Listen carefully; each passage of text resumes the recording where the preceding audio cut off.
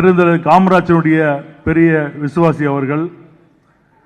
நாங்கள் சொல்ல போனாக்கா எங்களுடைய கேப்டன் குடும்பம், எங்கள் குடும்பம் காங்கிரஸுடைய பின்னணியில் தான் நாங்கள் இருந்து வந்தோம். நாங்கள்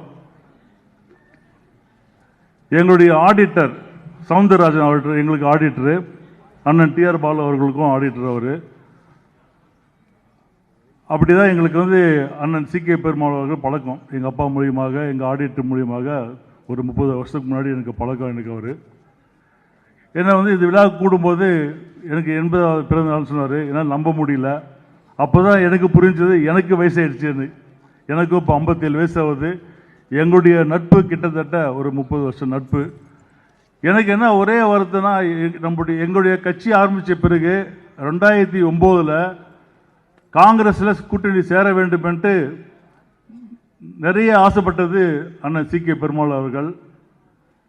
அப்போ தலைவராக இருந்தவர் அண்ணன் தங்கபாலு அவர்கள். 2009 கிட்டத்தட்ட 9 பாராளுமன்றம் தொகுதி தேமுதிக தரப்பட்டது, ஒரு ராஜ்யசபா அப்படின்னு பேசி எல்லாம் முடிவு பண்ணது.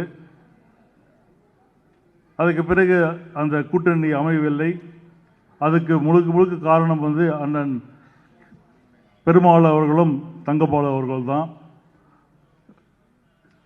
பெருமாள் அவர்கள் எனக்கு ஒரே ஒரு வருத்தம், கிட்டத்தட்ட அவருடைய நான் பிறக்கும்போது 67 காங்கிரஸ் கட்சி அவர் இணைந்திருக்காரு.